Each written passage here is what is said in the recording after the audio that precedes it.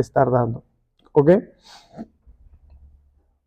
Y primeramente, hermanos, vamos a ver algunos argumentos para entender las ofrendas como parte de la adoración. Y hay un texto clave, hermanos, un texto que ya hemos leído, que está en Hechos capítulo 2, versículo 42.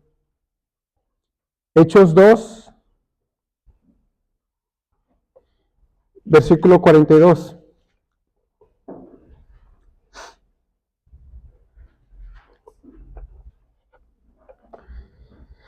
Dice la palabra del Señor: y perseveraban en la doctrina de los apóstoles, en la comunión unos con otros, en el partimiento del pan y en las oraciones. ¿Se acuerdan cuando vimos acerca de las partes de la adoración? Y hablamos sobre este texto, ¿no? Y dijimos que lo que está haciendo Lucas aquí es de alguna forma detallar aquellas partes de adoración en las cuales la iglesia primitiva estaba perseverando. Y hablamos de la doctrina de los apóstoles, que no es otra cosa que la enseñanza, que la predicación de los apóstoles. Hablamos acerca de la comunión, ya hablamos un poquito acerca de esto y ahorita lo vamos a desarrollar. Del partimiento del pan, que es una referencia a la cena del Señor, y pues de las oraciones. ¿Ok? Entonces, ¿qué es lo que vemos en ese texto, hermanos?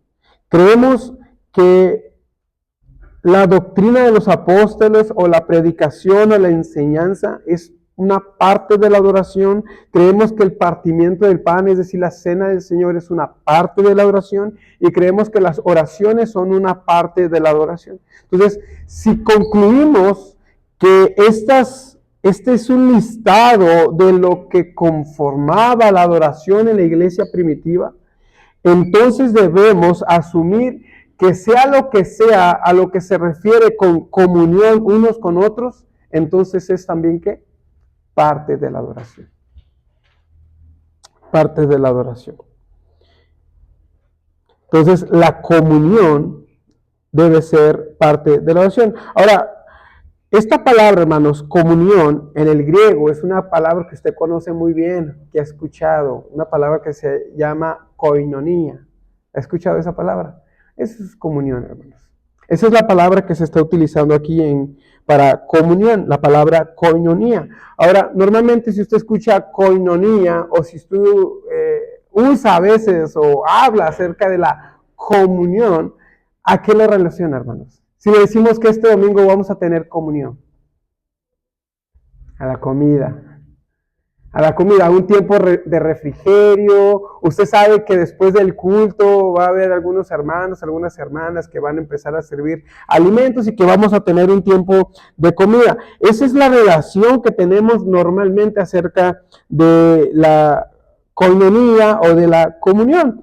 Y ciertamente, hermanos, tiene algo de relación esta palabra con ello, porque lo que significa esta palabra es simplemente compartir. Y cuando decimos tenemos comunión, lo que estamos diciendo es que, hey, vamos a compartir los alimentos.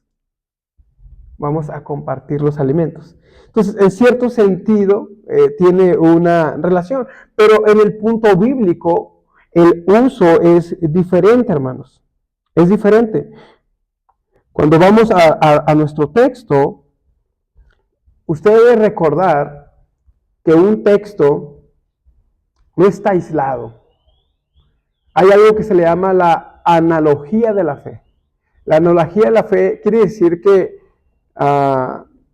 no solo debes enfocarte en un texto, sino en si esa palabra o ese significado se utiliza en otros pasajes de la Biblia que puedan ayudarte a entender ese pasaje que estás leyendo o que estás estudiando. En ese sentido, por ejemplo, cuando hablamos de comunión, no solamente debería importarle a usted si yo creo que es alimento o si son las ofrendas, sino cómo llegamos a esa conclusión. Realmente es algo subjetivo que cada quien puede interpretar como quiere, o si hay otros textos que pudieran ayudarnos a darle una mejor claridad y decir, ok, ya entiendo por qué habla de la comida, o ya entiendo por qué habla de las ofrendas. ¿Ok? Entonces, eso es lo que vamos a hacer, hermanos. Vamos a ir a otros textos que puedan ayudarnos a interpretar este texto y definir si realmente lo que está hablando aquí son de ofrendas, es de qué es lo que está hablando aquí Lucas. Y vamos a ir a algunos textos, hermanos, como 2 Corintios, capítulo 9, versículo 13. 2 Corintios, capítulo 9, versículo 13.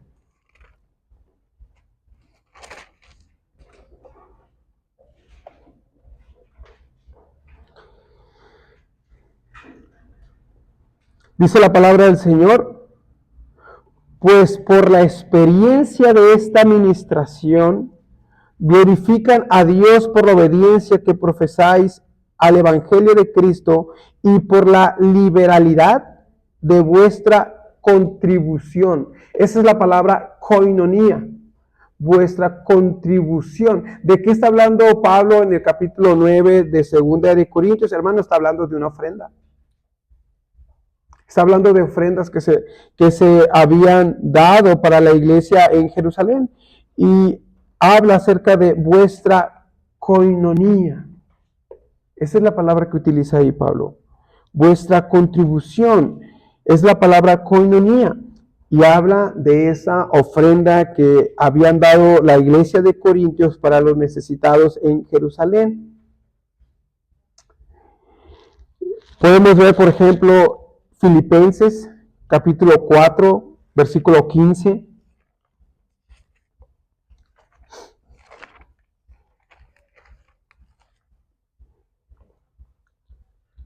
Dice la palabra del Señor: y sabéis también vosotros, oh Filipenses, que al principio de la predicación del Evangelio, cuando partí de Macedonia, ninguna iglesia participó.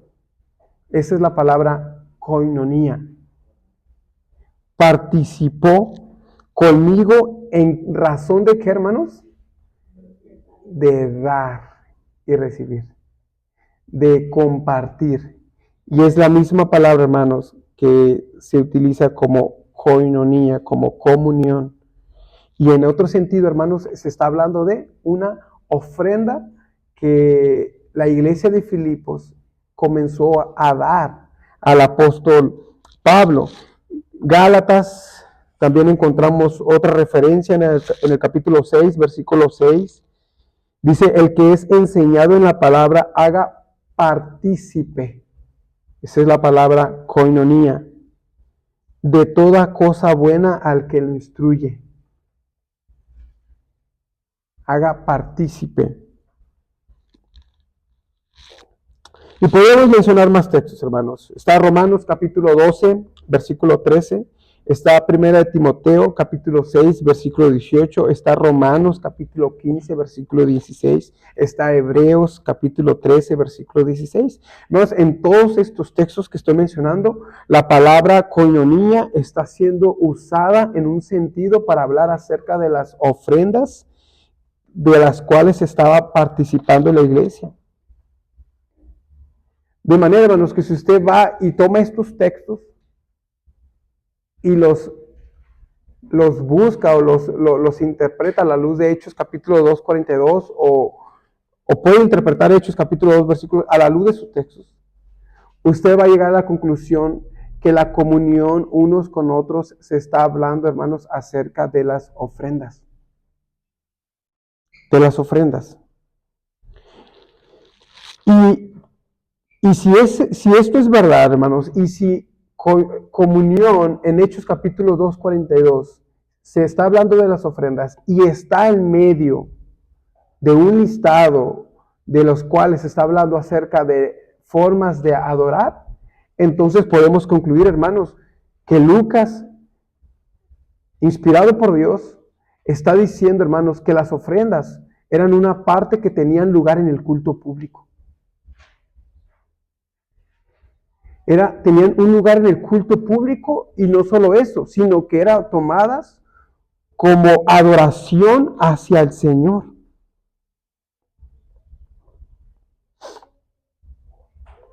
Hermanos, el que más utilizó esta palabra, koinonía, fue el apóstol Pablo. Y hermanos, ¿de dónde aprendió Lucas lo que había sucedido en Hechos? ¿De dónde aprendió Lucas lo que había para escribir su evangelio. Es cierto, por un lado, hermanos, creemos en la inspiración divina, creemos que Dios inspiró a Lucas para escribir, pero si usted lee su evangelio y si usted lee Hechos, él comienza diciendo, yo indagué. ¿Y cuál era su fuente primaria, hermanos? El apóstol Pablo. El apóstol Pablo. Si usted lee la carta de Romanos, si usted lee algunas cartas, usted va a escuchar, Lucas está conmigo. Lucas está conmigo. Entonces, probablemente, hermanos, Lucas indagó y buscó información, hermanos, y su fuente primaria fue el apóstol Pablo. De manera, hermanos, que si el apóstol Pablo utilizó mucho esta palabra, probablemente esa es una de las razones por las cuales Lucas también utiliza esta palabra. Y habla acerca de la coinonía. De la coinonía. Ahora, hermanos, si esto no fuera suficiente, hermanos, para entender que las ofrendas son una forma de expresión, adoración a Dios, veamos algunos otros puntos que pueden apoyar esta noción, hermanos. En primer lugar, hermanos, para los cristianos en aquella época, no era una novedad, hermanos, que las ofrendas fueran tomadas como una forma de adoración a Dios. Ya en el Antiguo Testamento se adoraba y se tenían las ofrendas, hermanos, como una expresión de adoración. Por ejemplo, usted puede ver en Génesis a Caín y Abel, ya tan pronto trayendo una ofrenda al Señor. Y usted se da cuenta que habla acerca de una ofrenda que era agradable y otra que no, pero ahí está la idea. Caín y Abel entendían que una forma de adorar a Dios era a través de una ofrenda. A través de una ofrenda. Génesis capítulo 14, usted va a encontrar a Abraham dándole una ofrenda a Melquisedec. Y esta ofrenda resulta después de haber Dios dado la victoria a Abraham, salvando a su sobrino Lot.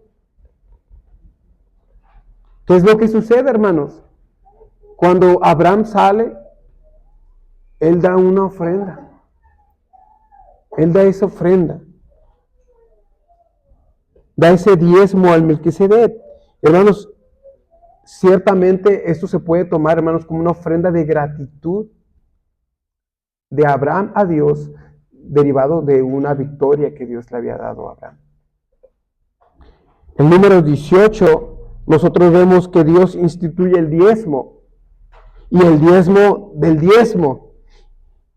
¿Y a quién se le tenía que dar ese diezmo, hermanos? ¿A quién? A los sacerdotes. Pero si usted lee ese capítulo, dice, a mí me lo están dando. El diezmo es mío. Si usted ve Malaquías, cuando él habla acerca de cómo es que estos estaban robando, y dice, y te preguntará, ¿es que me está robando? Y él dice, pues en mi diezmo. En mi diezmo. Pero el diezmo no se lo damos a Dios en un sentido abstracto, de decir, lo avientas al aire, o no hay una forma en la que tú se lo puedas dar a Dios, pero Dios se atribuye el diezmo a medida que se le obedece en la forma que Él instituyó, y la forma que Él instituyó es, déselo a los sacerdotes. Y cuando tú se lo das a ellos, me lo das a mí. De manera, hermanos, que cuando Él instituye el diezmo, aunque sea dada a una tribu, Dios dice, ese diezmo me lo das a mí. Y ese, hermanos, era una forma en la que pudiéramos expresar adoración a Dios. Pero por último, hermanos, vaya conmigo a Lucas.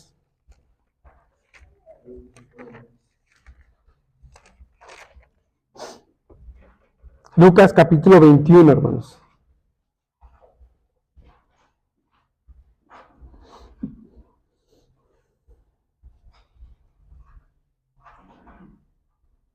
Lucas capítulo 21, versículo 1 al versículo 4. Vea lo que dice. Levantando los ojos, vio a los ricos que echaban sus ofrendas en el arca de las ofrendas. Escuche ese nombre, hermanos. El arca de las ofrendas. Vio también a una viuda pobre que echaba ahí 2 blancas y dijo, en verdad os digo que esta viuda pobre echó más que todos, porque todos aquellos echaron para las ofrendas de Dios, de lo que les sobra, mas esta de su pobreza echó todo el sustento que tenía. Aquí se nos menciona, hermanos, el arca de las ofrendas. Ahora, si usted se pregunta dónde estaba el arca de las ofrendas, lea Lucas capítulo 20, versículo 1. Dice, sucedió un día que enseñando Jesús al pueblo en el templo, y anunciando el evangelio, llegaron los principales sacerdotes y los escribas con los ancianos. Váyase al capítulo 21, versículo 5. Y hay unos que hablaban de que el templo estaba adornado. ¿Dónde estaba Jesús, hermanos? En el templo. ¿Dónde estaba el arca de las ofrendas? En el templo. ¿Qué nos dice esto, hermanos? Que los judíos veían las ofrendas como una expresión de adoración. De manera, hermanos, que cuando Pablo instituye o nos da a entender que las ofrendas son una forma de adoración a Dios, hermanos, para la iglesia primitiva no era algo como que, wow, qué raro. Ellos ya lo habían visto. Ellos ya lo habían visto. Y en ese sentido, hermanos, no era algo nuevo para ellos. También, hermanos, cuando nosotros vemos en el Nuevo Testamento, en este sentido, hermanos, nosotros vemos continuidad. Creemos que en el Antiguo Testamento las ofrendas eran una expresión de adoración y creemos que en el Nuevo Testamento, hermanos, siguen siendo una expresión de adoración. Y vea, hermanos, conmigo 1 Corintios capítulo 16.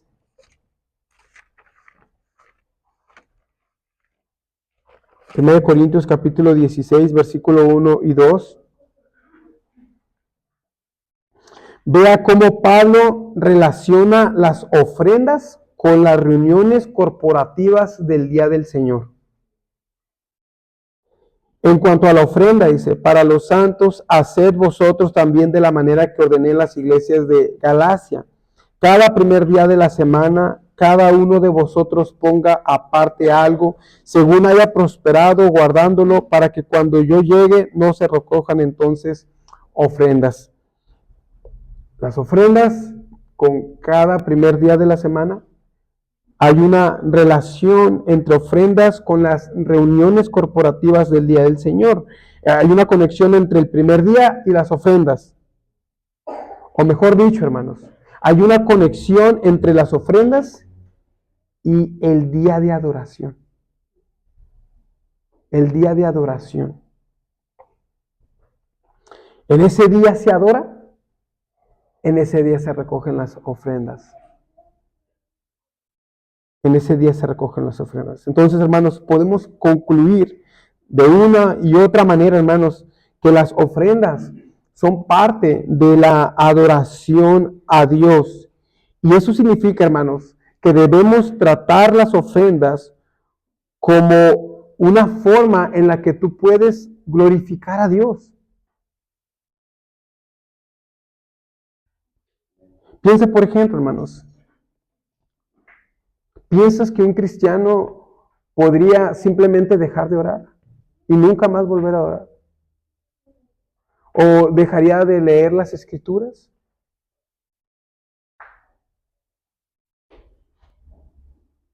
Quizás a lo mejor no te voy a decir, oye hermano, no, tienes que leer, tienes que orar.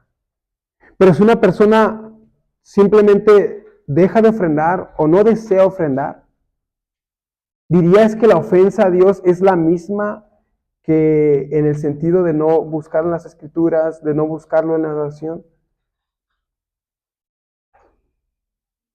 Yo creo que en cierta manera, hermanos, nosotros pensamos que no es tan importante esa área. Pero hermanos, si Dios le ha dado una importancia a su adoración, y Él le ha dicho que a través de las ofrendas adoramos, entonces, hermanos, también nosotros deberíamos estar preocupados no solamente por expresar nuestra adoración a través de las escrituras o a través de la oración, que por supuesto es importante, pero también a través de nuestras ofrendas. Decía San Waldron que muchas veces cuando hablamos acerca de las ofrendas, nosotros tendemos a como agachar la cabeza, como diciendo, hermanos, no queremos que piensen que somos como las demás otras iglesias, ¿no? Que hacen un énfasis. Pero hermanos, decía San Waldron, no debemos avergonzarnos de lo que Dios no se avergüenza hablar. No deberíamos minimizar aquello que Dios no minimiza. Y si Dios le ha dado una importancia y ha hecho una conexión entre nuestro corazón y la forma en que ofrendamos, entonces deberíamos cuidar nuestro corazón al momento de ofrendar. Al momento de ofrendar. Entonces, hermanos, nuestras ofrendas son parte de la adoración y deben formar parte del culto de adoración. Ahora, las formas, hermanos, las formas pueden variar. Hay iglesias reformadas que siguen pasando una canastita. Y dan sus ofrendas. De hecho, San Waldron aboga por esa forma de adoración. Sin embargo, hermanos, creemos que también una muy buena forma de hacerlo es a través de una caja donde, aunque es algo personal, es algo que Dios, que nosotros deberíamos estar trabajando en nuestros corazones, no por eso, hermanos, deja de ser menos importante. De manera, hermanos, que no nos hará más diligentes, hermanos, si el día de mañana podríamos pasar la canastita, hermanos. Porque no es un asunto simplemente de dar o no dar. Hay un asunto de fondo. Yo lo que Cristo le tiene que decir a estos hombres, cuando diciendo a esta viuda dio más, porque aquellos dio de lo que les sobraba, independientemente de la cantidad. El punto es que ellos lo daban con un espíritu incorrecto. Mientras que la viuda daba poco, había un espíritu correcto de querer agradar al Señor. De manera que no estamos hablando ni de cantidades, estamos hablando acerca, hermanos, de nuestro corazón, de la forma en que nosotros ofrendamos al Señor, de cómo nosotros nos preparamos para ofrendar al Señor y adorar al Señor. Derivado de esto, hermanos, no solo tenemos un mandamiento de dar, sino también tenemos el espíritu para dar. Y es lo que vamos a ver ahora, hermanos. El espíritu para dar ofrendas como parte de la adoración. ¿Se acuerdan cuando el Señor Jesús empezó el Sermón del Monte? Él empezó hablando de las bienaventuranzas, pero después Él comenzó a hablar, o más bien a corregir ciertas enseñanzas y ciertas doctrinas. Y Él comienza diciendo, oíste que os fue dicho, no matarás. Pero yo os digo que cualquiera que dijera fato a su hermano, ya lo asesinó en su corazón. Lo que está haciendo, hermanos, es decir, hey, esperen, sí es cierto, hay un mandamiento, pero detrás del mandamiento hay el espíritu del mandamiento. Y eso era algo que los fariseos y los escribas no entendían y no enseñaban. Y Jesús tuvo que corregir esas deficiencias de las enseñanzas. Bueno, hermanos, aquí encontramos lo mismo. No es suficiente con decir, bueno, hermano, yo sí cumplo. Yo sí ofrendo, hermanos, cada semana. No fallo, hermanos. No es suficiente decir eso. Hay un espíritu con el cual nosotros deberíamos estar adorando a Dios a través de las ofrendas. Hay una forma en que estas ofrendas deben darse. Y hermanos, Pablo habla acerca de esto y vamos a ver por lo menos dos pasajes. Segunda de Corintios, hermanos, capítulo 8.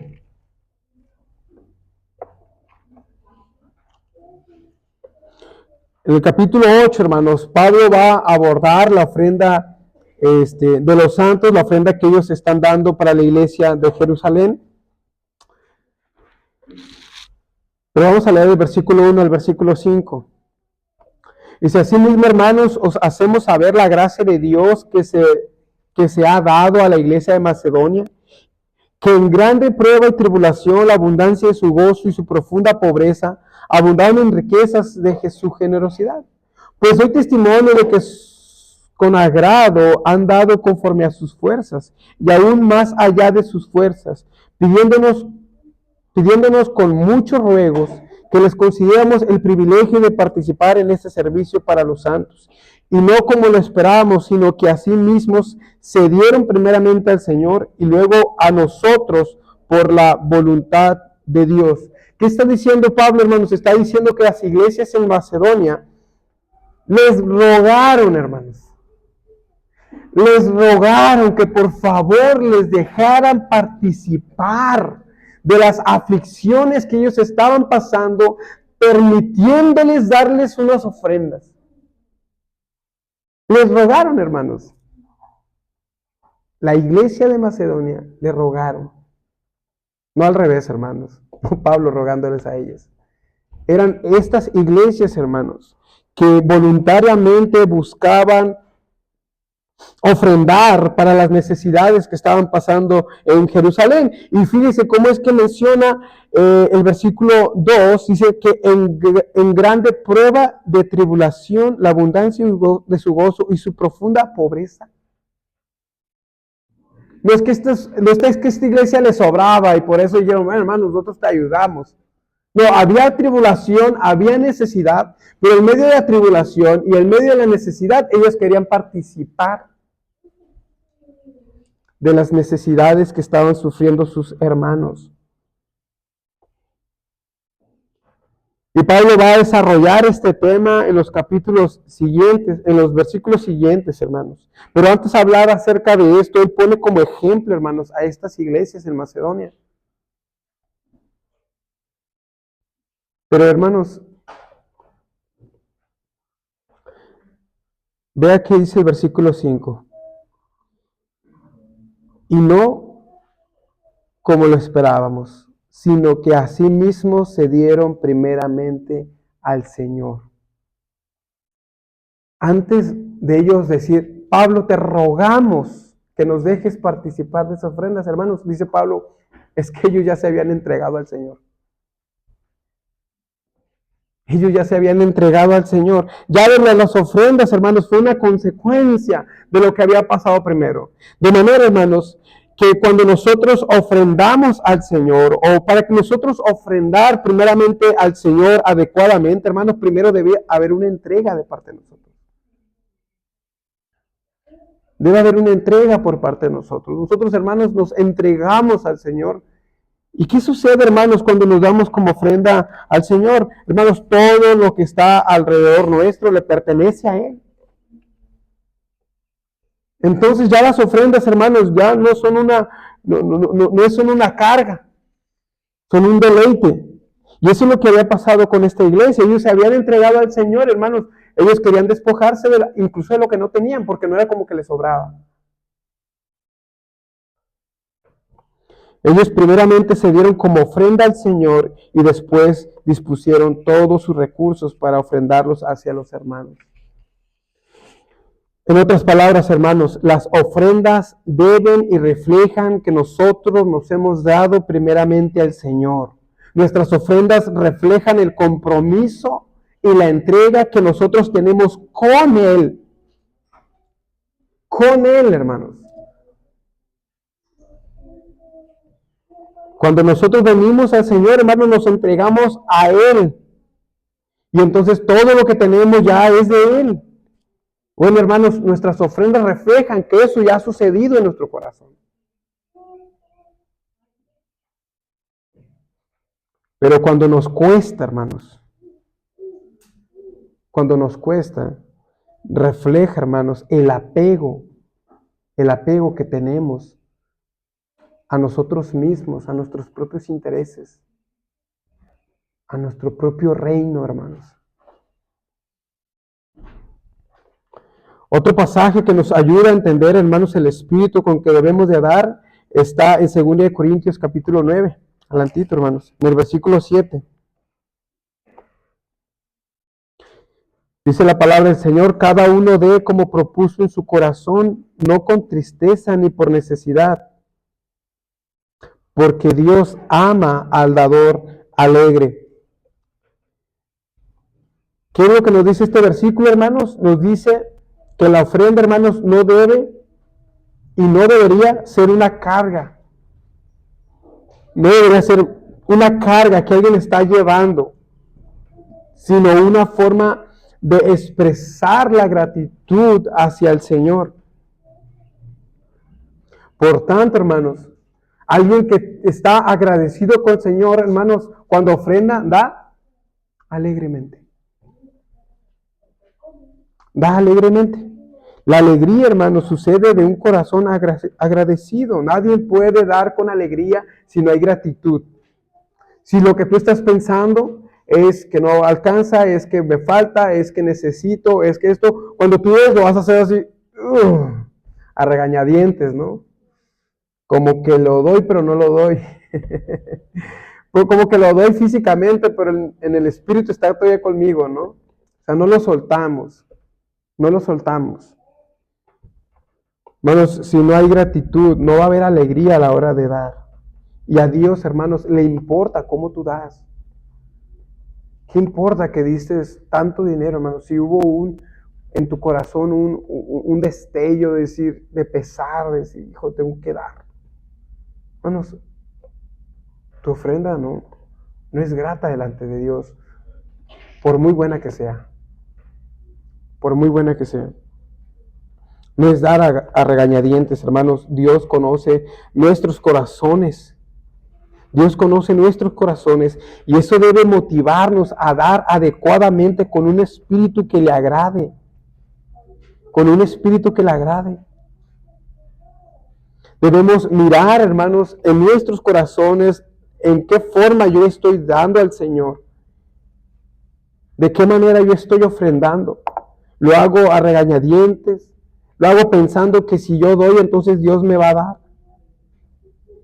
Estoy sembrando, ¿no? Y deseo. Y ciertamente Pablo va a hablar acerca de eso. Y él habla acerca de que el que siembra mucho, mucho segará. Pero hermanos, si tú das pensando en eso, tu corazón no es recto delante del Señor. Sí, el Señor ciertamente bendice, ¿no? La generosidad, y eso es algo bueno. Pero uno no va en miras de la recompensa, va en miras del querer dar al Señor. Ya la recompensa, lo que el Señor nos prospere o no prospere, y ese es otro asunto. Debemos animar nuestra alma a ser agradecida. Debemos meditar más en lo que Dios nos ha dado y menos en lo que nos falta, si queremos encontrar el contentamiento. Si queremos encontrar algo de alegría para poder dar adecuadamente al Señor. Entonces, hermanos, este texto nos dice que cada uno dé como propuso en su corazón, no con tristeza ni por necesidad, porque Dios ama al dador alegre. Hermanos, ¿por qué podemos y debemos dar con alegría? Pablo habla acerca de esto, hermanos, en el versículo 12, capítulo 9, versículo 12, más adelante, hermanos, versículo 15. Vean algunas razones por las cuales podemos dar con alegría, hermanos.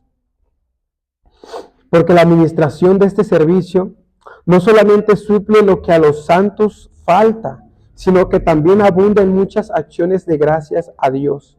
Pues por la experiencia de esta administración glorifican a Dios por la obediencia que profesáis al Evangelio y por la liberalidad de vuestra contribución para ellos y para todos. Asimismo, la oración de ellos por vosotros, a quienes aman a causa de la superabundante gracia de Dios en vosotros. Gracias a Dios por su don inefable.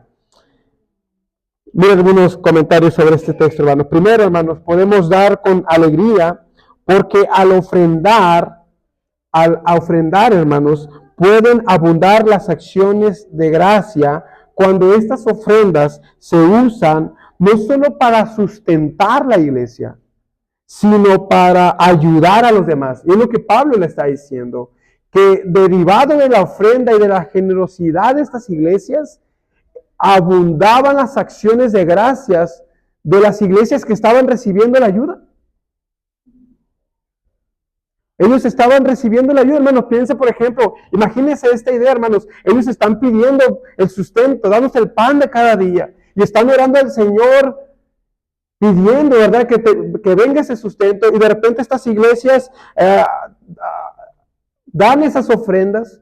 Ellos lo reciben y ellos lo dan por generosidad a las iglesias. Y ellos lo reciben diciendo, gloria a Dios. El Señor tiene cuidado de nosotros, gracias al Señor. Se da cuenta que las ofrendas promueven la glorificación de Dios cuando la reciben y las acciones de gracias. De manera, hermanos, que cuando usted ofrenda al Señor y estas ofrendas son bien administradas, hermanos, cuando estas se utilizan para ayudar a los demás, los hermanos pueden decir, gracias al Señor, Él tiene cuidado de mí. Gracias a nuestras ofrendas. Porque al final las ofrendas no vienen solo de los diáconos. Ellos son administradores de esas ofrendas. Pero la ofrenda, hermanos, viene de ustedes. Y ustedes pueden promover, hermanos, las acciones de gracias. Hermanos, ¿quién no quisiera promover las acciones de gracias hacia el Señor? Que alguien pueda glorificar a Dios por una ofrenda que yo di. Hermanos, puedes dar con alegría pensando en eso. Mis ofrendas van a ser usadas sabiamente, adecuadamente, en el momento oportuno para glorificar al Señor y quizás también para ayudar a algún hermano, para sustentar la congregación. Hermanos, cuando pusimos esto, hermanos, yo los vi bien contentos. Hermanos, eso no salió de las ofrendas de los diáconos, salió de sus ofrendas, hermanos. Ellos son administradores. Y usted dijo, gracias al Señor, ¿verdad? Porque tenemos esto, porque tenemos aquello. Acciones de gracias que se están dando derivado de las ofrendas de la iglesia. Pueden dar con alegría, hermanos. Pueden dar con alegría. En segundo lugar, hermanos, puedes dar con alegría, hermanos, porque glorificamos a Dios al obedecer al evangelio que profesamos. Las ofrendas, hermanos, son una expresión de nuestra fe en el evangelio de Cristo. Nuestras ofrendas, hermanos, son una expresión de nuestra fe en el evangelio de Cristo. Hermanos, nuestro evangelio dice que de tal manera amó Dios al mundo que envió a su Hijo, que dio a su Hijo. La generosidad más grande, hermanos, la encontramos en Dios, dándonos a su Hijo. Él amó, Él dio. Nosotros amamos, deberíamos de dar. Deberíamos de dar. Él se dio por nosotros nos damos por Él. Y nosotros damos, hermanos, en base a ese evangelio que nosotros hemos abrazado. De hecho, hermanos, esto es lo que también dice nuestro texto en el versículo 13. Dice, pues por la experiencia de esta administración glorifican a Dios. ¿Por qué, hermanos? Por la obediencia que profesáis al evangelio de Cristo. Ellos veían, hermanos, estas iglesias estaban viendo en las iglesias de Macedonia que esas ofrendas eran un resultado o una expresión de ese evangelio que habían abrazado.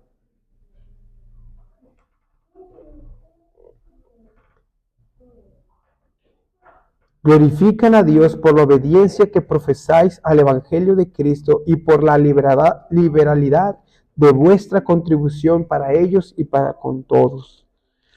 Y en tercer lugar, hermanos, debemos dar con alegría porque Dios ama al dador alegre. Buscamos, hermanos, agradar al Señor en todo. Y este texto dice que Dios se complace con aquellos que dan a su causa, que dan a su reino, hermanos. Todos, hermanos, quisiéramos aportar para que el reino de Dios crezca, hermanos. Nuestras ofrendas son una forma en la que esto puede dar. Se puede dar con alegría, hermanos, no solamente para recibir, sino porque Dios ama al dador alegre. Dios ama al dador alegre.